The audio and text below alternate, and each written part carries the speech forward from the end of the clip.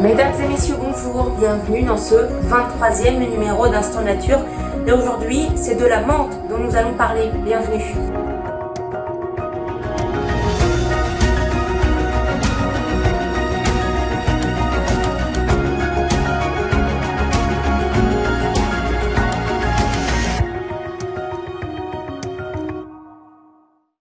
Allez, on va sans plus attendre commencer cette émission sur la menthe avec cette question: où la trouve-t-on? Et on peut en trouver dans deux lieux, dans la nature et dans le commerce. Sachez tout d'abord que la menthe verte est celle qui est le plus souvent utilisée en cuisine et donc par conséquent, eh bien, c'est celle que l'on retrouve le plus dans le commerce. Si vous voulez en cueillir dans la nature et même lorsque vous en achetez dans le commerce, pour avoir des feuilles de menthe de très bonne qualité, il faut qu'elles soient bien vertes, qu'elles n'aient pas de taches ni de jaunissement, et il faut qu'elles soient également fraîches. On va justement partir en cuisine pour voir dans quel plat culinaire peut-on l'utiliser. Et vous pouvez tout d'abord ajouter quelques feuilles de menthe fraîches aux salades de fruits, ça va donner vraiment cette côté de fraîcheur. Vous pouvez également en ajouter au jus et aux boissons frappées afin de les rendre plus fraîches. Elle est également excellente dans les salades de légumes, comme par exemple dans les salades d'haricots verts cuits. Vous pouvez aussi en mettre dans le taboulé. Vous pouvez aussi faire une omelette au fromage et à la menthe. Original, je ne le connaissais pas. Pour réaliser cette omelette, il vous faudra râper du fromage et hacher de la menthe. Et puis pour les autres recettes culinaires auxquelles vous pouvez ajouter de la menthe, il y a la salade de taboulé épicée à la thaïlandaise, ça a l'air très bon également, les rouleaux de printemps à la vietnamienne ou encore du miel à la menthe. Tous ces plats ont l'air délicieux. Allez, on va maintenant voir les différentes conservations de la menthe et on commence tout d'abord avec, si vous voulez la garder fraîche. Pour cela, vous la placerez de quelques jours à une semaine au réfrigérateur. La meilleure façon de conserver les feuilles de menthe consiste à les envelopper dans un papier essuie-tout humide que l'on place ensuite dans un sachet en plastique. Vous pouvez aussi les hacher et les mettre dans un bac à glaçons avec de l'eau.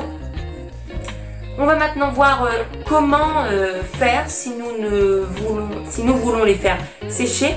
Première technique, vous placez les feuilles de menthe dans un contenant hermétique au frais. Si vous voulez les réduire en poudre, ne le faites qu'au moment de vous en servir, car si vous le faites avant, les feuilles perdront de leur arôme. En fait, plus on attend le dernier moment pour les réduire, meilleur sera leur arôme. Et puis si vous voulez faire sécher les surplus de menthe, débarrassez les tiges de leurs feuilles et mettez les feuilles sur une toile moustiquaire de nylon.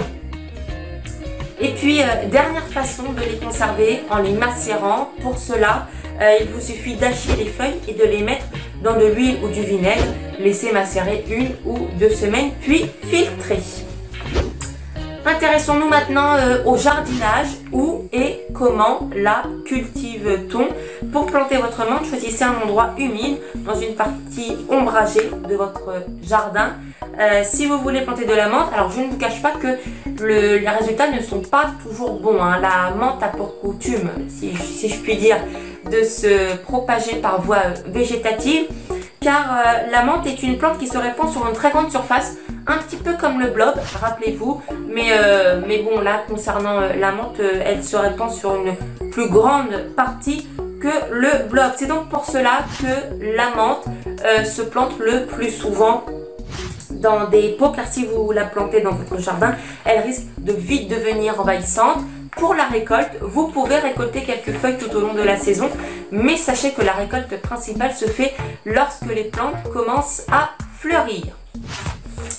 Allez, on va terminer cette émission avec ce que l'on pourrait qualifier de qualité. La menthe sert d'insecticide naturel aux charançons.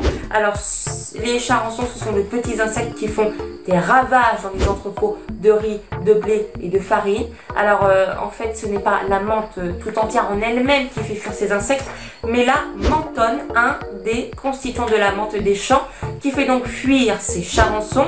Contrairement aux insecticides, la menthone ne laisse aucun résidu toxique, elle n'affecte pas la qualité des grains de riz ou de blé, elle n'est ni inflammable ni corrosive et peut facilement être évacuée par la ventilation. Voilà, c'est la fin de ce 23e numéro d'Instant Nature. Merci de l'avoir suivi. Prochain rendez-vous sur Info TV, c'est samedi à 17 h pour la semaine de l'info. D'ici là, l'actualité continue sur notre compte Twitter et sur notre compte Instagram @groupeinfotv. Très belle fin de semaine à vous et à dans 15 jours.